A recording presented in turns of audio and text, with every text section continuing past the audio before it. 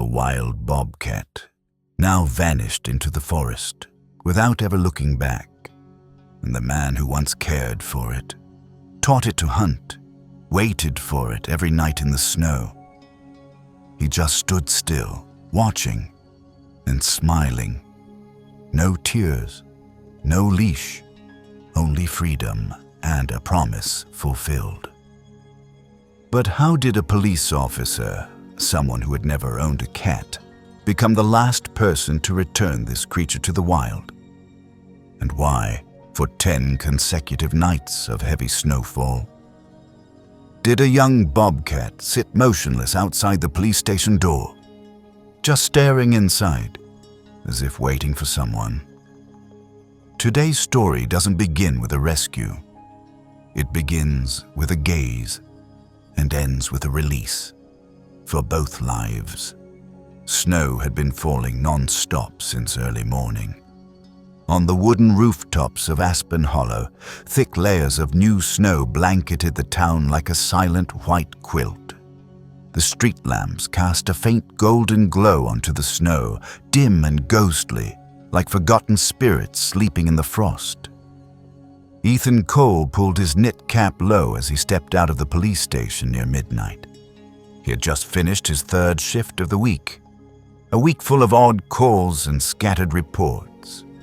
The weariness had settled into his bones, but he didn't mind anymore.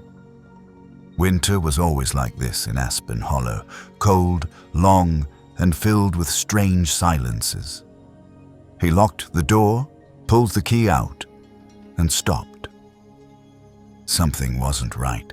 A very subtle movement right at the edge of his vision. Ethan turned.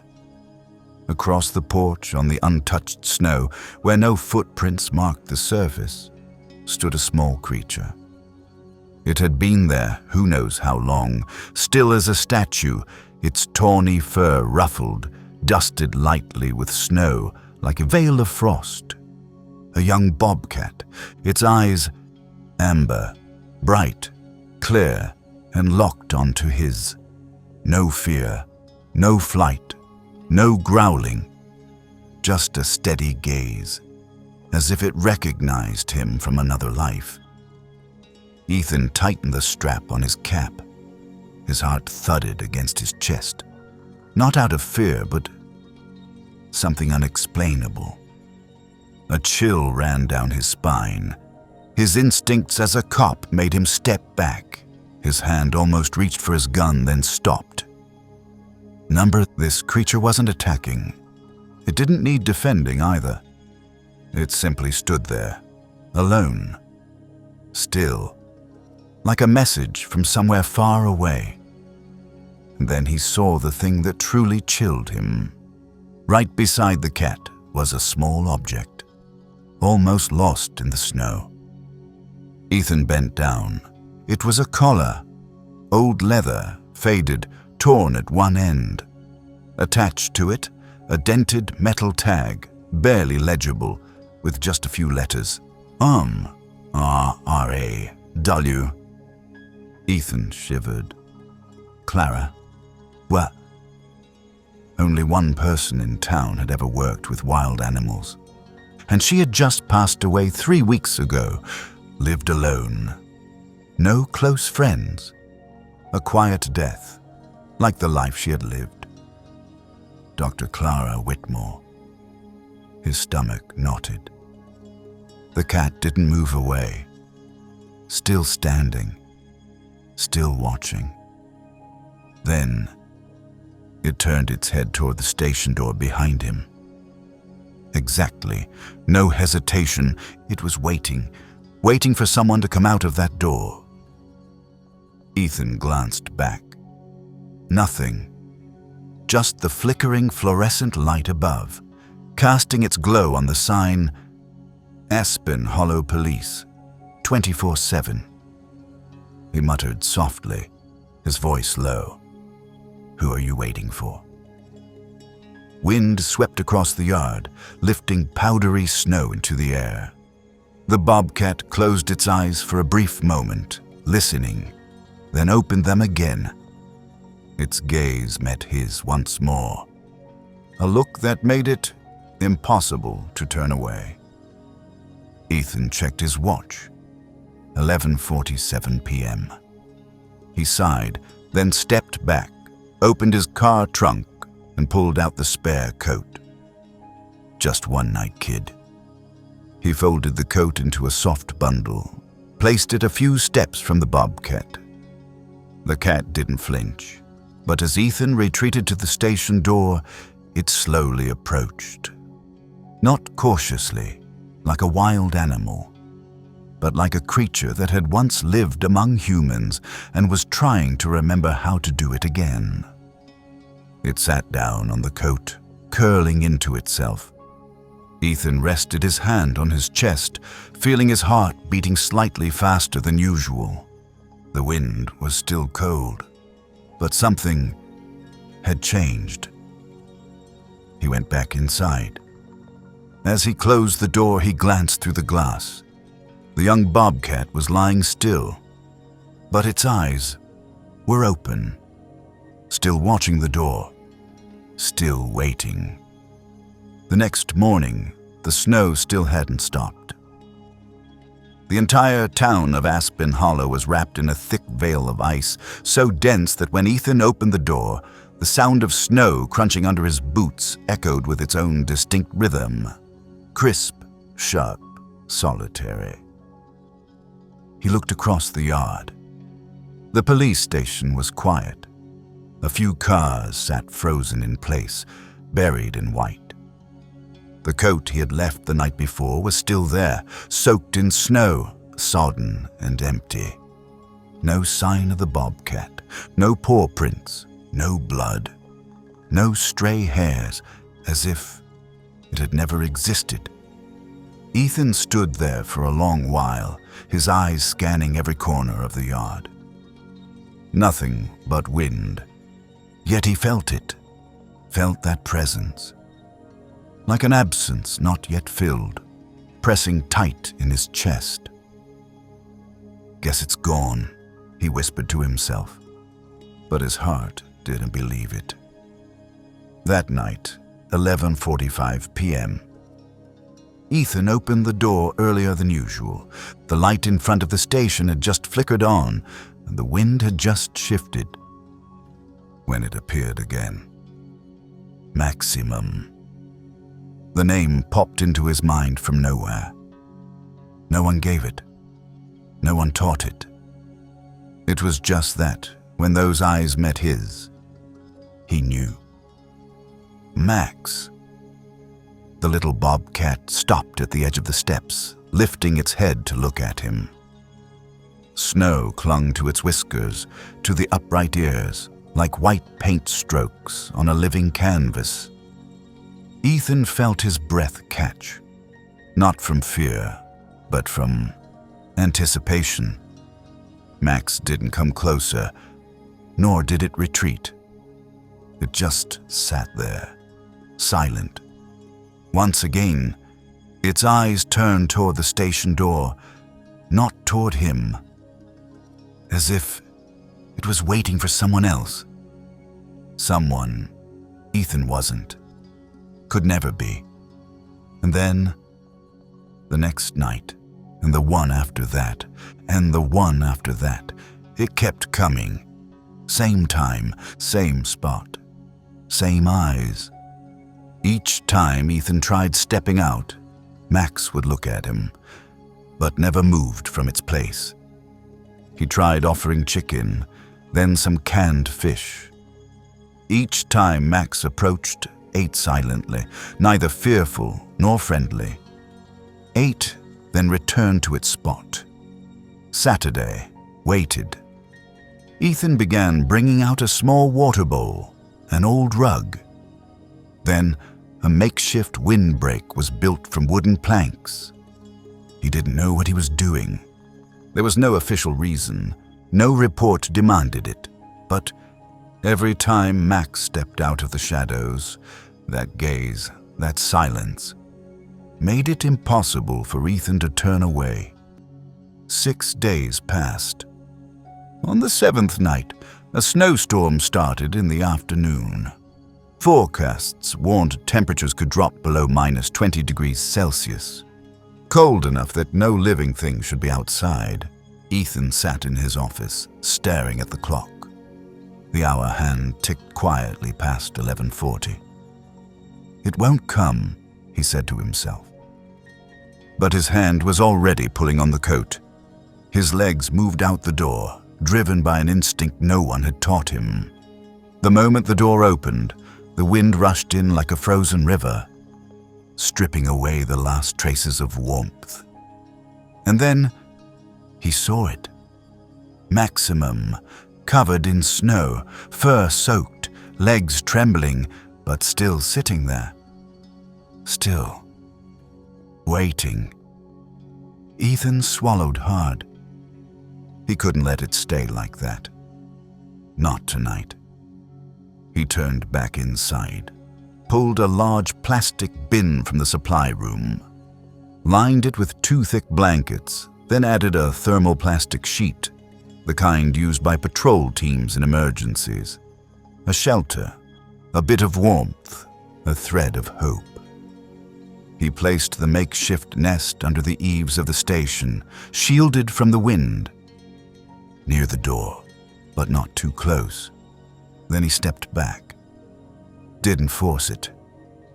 Max slowly stood up, took careful steps, unhurried, unafraid. As if it had seen this moment in a dream, it sniffed, looked, then entered, curled up. Silent, its golden eyes are still open, still watching the station door, but this time slowly closed.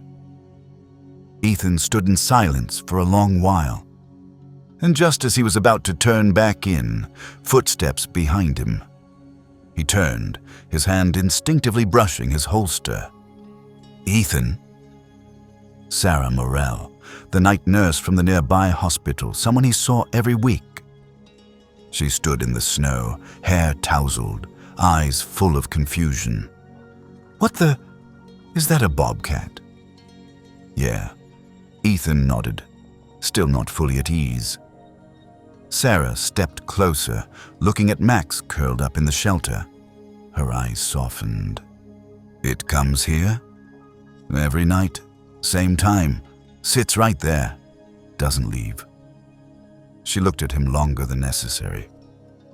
"You're taking in another wild soul again, Cole?" Ethan chuckled softly, though with a hint of unease. "This time, I think I'm the one it chose." Sarah sat down beside him, shoulder to shoulder in the biting cold. "Do you think it's waiting for someone?" Ethan stayed quiet. That collar on the first night, the blurred name, the signs, a feeling that wouldn't let go. He hadn't told anyone.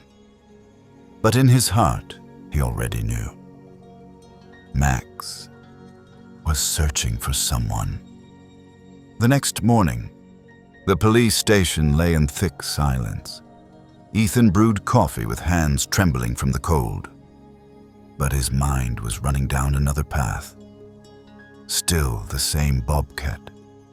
Still those eyes.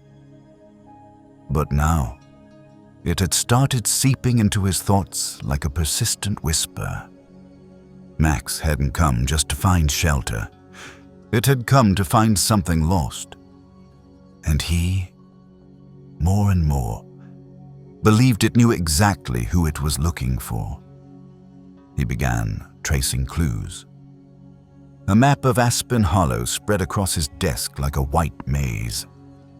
Ethan circled areas where the bobcat might have appeared, mostly near the northern forest edge. And then, that name surfaced. Clara Whitmore, the tag on the collar from the first night. RRA-W. It couldn't be a coincidence. Ethan opened the public health records. Clara had died 19 days ago. Cause, late-stage pancreatic cancer. No next of kin. No obituary. slipped away from the world like she had never been here. But in one small note under previous occupation, there was a phrase that made Ethan's heart pause. Wildlife Rescue Specialist, Remote, Timber Ridge Forest. Timber Ridge, about 9 miles of mountain road from here. Ethan looked up, gazing through the glass door. Outside, Max was curled in the shelter he had built, eyes still open as if they had never closed. No more waiting. That morning, Ethan took the afternoon off, a rare thing for him. He drove along the dirt road cutting through Timber Ridge, where towering pines arched like an ancient cathedral. Snow weighed down the branches, and the sun looked more like a pale golden ghost than a source of warmth. The GPS lost signal by the 3rd mile. He drove by instinct, guided by faint memories from patrols long ago. A bend, then a left turn, and finally, a wooden cabin appeared through the mist. The old house, with a slanted roof and shut door, stood surrounded by small wooden mesh enclosures, climbing frames, hanging hooks, a miniature wildlife rehabilitation center. Clara had lived here, alone, and clearly not entirely alone all this time. Ethan stepped out of the car. Snow crunched underfoot. The wind nudged at the barely closed door, making it creak, as if someone behind it was pushing gently. He knocked, no answer. He hesitated a second, then turned the handle, opened. The cabin smelled old, not of mildew but of books, of dry pine wood, of life that had once existed vividly and then vanished into silence. Above the fireplace, a row of framed photos hung neatly. Ethan stepped closer.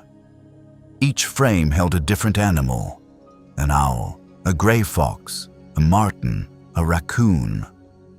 And at the very center, a young bobcat sitting in the lap of a woman. Amber eyes, pointed ears, tawny fur. It was Max. The woman holding it smiled faintly. Though her smile seemed a little strained, her eyes gleamed as if she had just found sunshine in the middle of winter. Below the frame, a handwritten note. Spring, last light, Max and me. Ethan rummaged through the desk drawer and found a leather-bound notebook. The first page bore neat handwriting in blue ink. Journal, Max, from survival to freedom. The pages inside were packed with scribbled entries, dates, times, notes on diet, reflex development, hunting skills, resistance to human interaction, self-defense tests, and scattered, fragmented lines about emotion. Max started reacting when I used the training whistle. He climbed the high branch for the first time yesterday. Good adaptability. I'm worried I won't make it. It's too early to release. Max slept beside me all night, I think. He knows I'm getting weaker.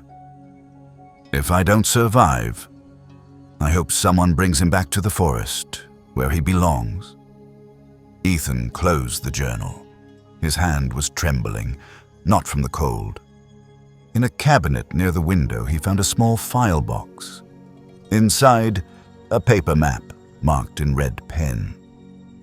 The circled area was a protected forest in the western wilderness, about 25 miles from here. Next to it, a handwritten note. Max's release point, spring. Ethan stepped back, breathing slowly. Clara had a plan. She had prepared everything. Notes, markers, carefully considered every step, then passed. Max wasn't just a creature she rescued. He was her final wish. The unwritten ending of a story is left behind. Back at the police station, Ethan sat motionless in front of the screen. Max, as every night came, still sat.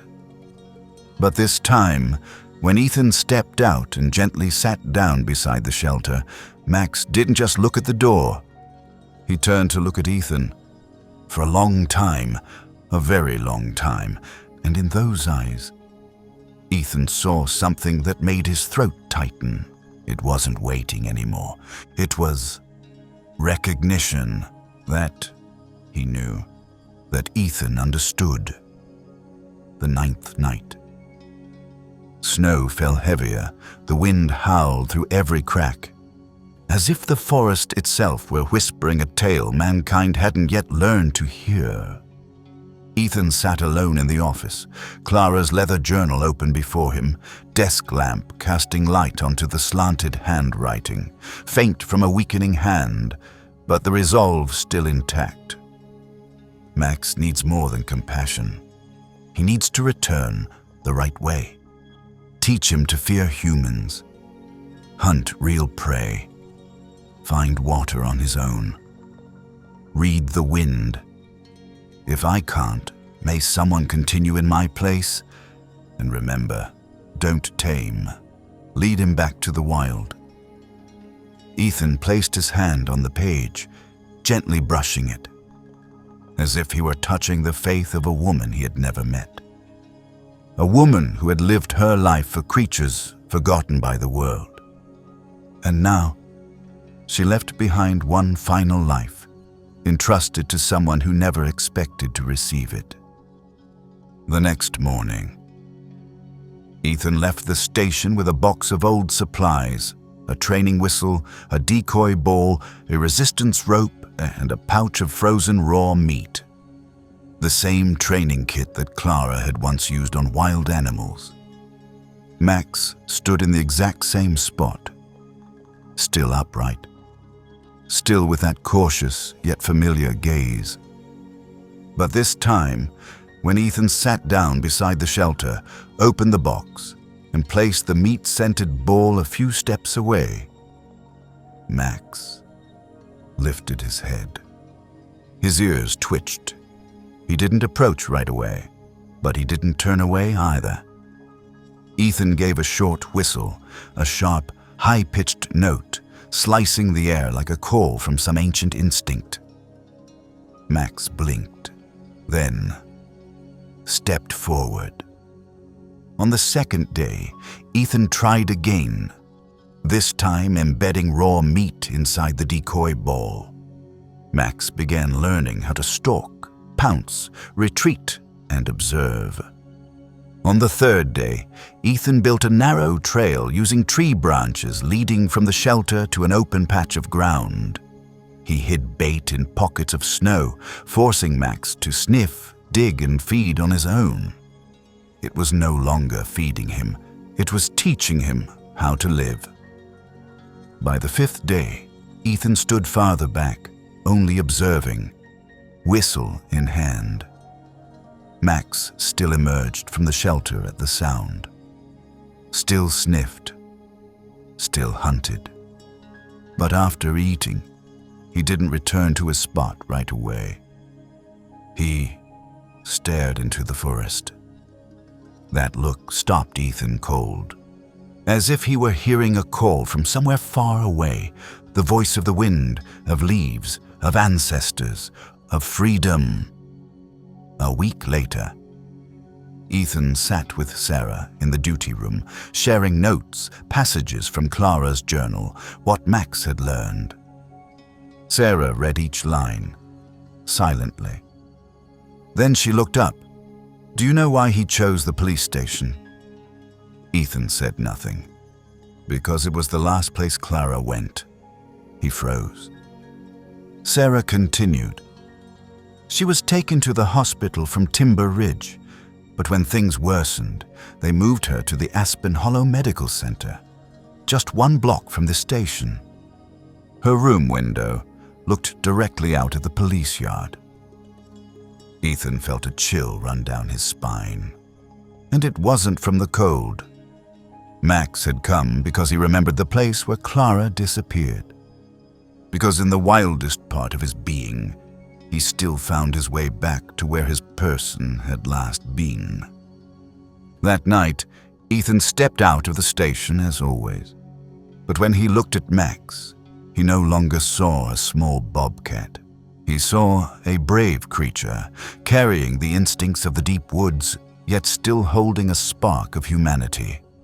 Something Clara had once left behind. He sat down. "Max, I'll take you back there, where Clara meant to, but this time, I'll go with you." Max didn't react, just closed his eyes for a brief second, like a nod. Ethan knew it was time. He contacted Dr. Elena Reyes, a specialist from the Wyoming State Wildlife Rehabilitation Center, where Clara had once sent a request for support that never received a reply in time. Elena listened to the entire story over the phone, fell silent, then said, "I've never seen a case like this, but I want to meet Max, and I want to help." 3 days later, Elena arrived at the station, under a sky of gray clouds, quiet as if everything was holding its breath. Max stepped out of the shelter, stopping 5 meters away. Elena crouched low, not approaching. "He's not a pet, but he's not fully wild anymore either. He's waiting for someone to give him permission to return." Ethan nodded. "I want to do that, just like Clara meant to, but the right way." A plan was laid out, a deep forest inside the protected natural reserve, exactly where Clara had marked on the map. A soft enclosure, half cage, half forest, for Max to acclimate to his new environment. The soft release would last 3 to 4 weeks, gradually reducing contact, increasing distance, cutting off supplemental food, forcing Max to hunt, survive, and choose his own path. Ethan would go too, stay for the first few days, and then step back. That night, Ethan cleaned the shelter box. One last time. He smoothed the blanket, peeled away the plastic patches, and wiped the dried blood from a small injury Max had gotten while training. He didn't say it, but he knew. This would be Max's final night sleeping in the station yard. As he turned away, Max remained silent. But Ethan felt something that needed no words. He was ready. It was still dark when Ethan departed. In the truck, Max lay quietly in a secure transport crate, not growling, not hissing like panicked bobcats usually do. Just silent. A silence with weight, like the creature knew exactly where he was going. Before leaving town, Ethan turned left, not toward the forest, but toward the Aspen Hollow Cemetery, where he knew Clara was waiting. The truck stopped beside an old wooden fence. The wind moved through slanted headstones resting under snow. Ethan opened the crate. He didn't release Max, just lifted the mesh flap, just enough for the small bobcat to see out. Before him, Clara Whitmore's grave. A simple gray stone, her name carved plainly into a patch of pure white sky. Ethan stood beside the crate, eyes fixed on that inscription, his voice deep and raw. "Clara, I found your notes. I saw the map, the final words you left. And I understand." He bent down, gently placed Max's old collar atop the cold stone. "You didn't make it, so I'll go instead." Ethan turned to Max. Their eyes met. "She saved you. I'm just continuing what she began. Now, say goodbye, Max. One last time." Max didn't hiss, didn't cry, didn't turn away. He just sat there, amber eyes wide, locked onto the stone, unblinking, as if he knew. as if, even without understanding the letters, he still recognized where the one who first called his name now lay. Ethan exhaled, shut the crate. Stood a moment longer. No one said anything else. Only the wind passed by, carrying the whisper of rustling leaves. Like a farewell, no voice could speak. The truck rolled forward once again. The forest path led westward, skirting the wild edge of the mountain, where Clara had once marked with a faint red stroke on the map, and in her heart, this was where Max was always meant to belong. The snow had stopped falling, but the ground remained wet, cold, and full of the footprints of a winter not yet fully gone. Now and then, the call of an owl echoed from the valley. A quiet reminder to Ethan that this world was not his, but it could be Max's. The Wild Ridge Sanctuary emerged through a sea of dense pines. Ethan and Elena, the wildlife rehabilitation expert, set up the transitional enclosure together at the forest's edge. Not too close to predator zones, but deep enough for Max to smell the pine sap, the traces of rabbits, the wind slicing through stone, and the solitude that always follows the forest. "We don't release him right away," Elena whispered. "We just open the door. He'll decide when to leave." Ethan nodded. "Max has always been the one who chooses. I'm just keeping the promise." They opened the crate. Max didn't step out. He just sat there, head lifted, nose twitching, as if he were inhaling every layered scent of the forest. An entire world stretched out before him, wide, without fences. No more whistles, no more human hands, only instinct and memory. Minutes passed. Then Max stood up. Ethan held his breath. One step, cautious. The wind brushed through his thick fur, his tail flicked. Then another step. When Max's claws touched the forest floor, wet, cold, untouched, he stopped, turned his head, looked at Ethan. Not long, just a few seconds, but long enough to make Ethan's heart clench, as if that gaze had just opened a door he wasn't ready to close. Ethan gave a small nod. "You don't have to look back, Max, but thank you for doing it anyway." Max didn't cry, didn't hiss, just turned his head back and vanished. One step, two steps, 3 dots, then swallowed whole by the forest. Ethan stood frozen. No one spoke. The wind slipped across his face, tossing a few strands of hair over his brow. Like someone's hand brushing him one last time, a journey had ended, a life returned, a promise kept. 3 weeks have passed since the day Max stepped into the forest. Life in Aspen Hollow remained quiet as old snow. Morning news, night shifts, reports no one wanted to read. But for Ethan Cole, everything had changed. No one noticed the shift, but he did. It lived in the way he lifted his head toward the woods. Every time he drove past Timber Ridge, in his eyes, every time he paused by the police station door, the place where once a silent creature waited, and in the framed photograph by the radio of a bobcat crouched beneath moonlight, amber eyes wide as living flame.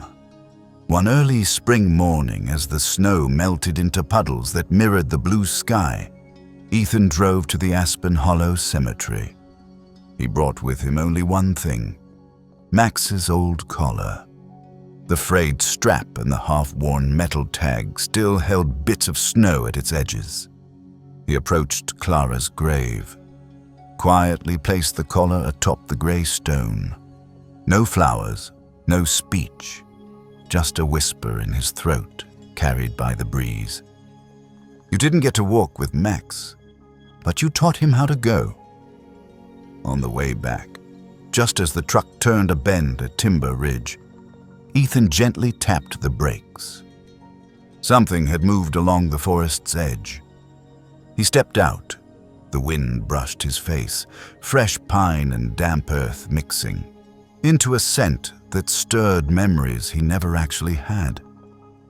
And then, those eyes appeared, behind a low brush within the soft glow of the open woods. An amber gaze watched him. Maximum, larger now, stronger. His coat had turned a shadowy gray-brown, blending into the sky and stone. He didn't step out, didn't make a sound. He just stood there, watching, a gaze so deep, Ethan felt like he was being seen. Into the part of himself that hadn't yet found the words to say thank you. He smiled, gave a small nod. Didn't move closer, didn't break the distance. "Good boy, Max," he whispered. "Good boy." Max closed his eyes, a gentle blink, then turned and walked straight back into the woods. Each step is firm now. No more hesitation. No more need for a guide. Just a wild thing, finally returning to its own truth.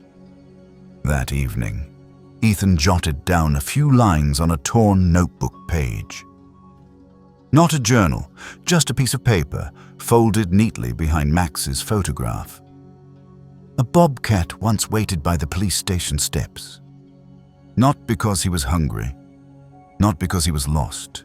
He was keeping a promise and waiting for someone to keep theirs.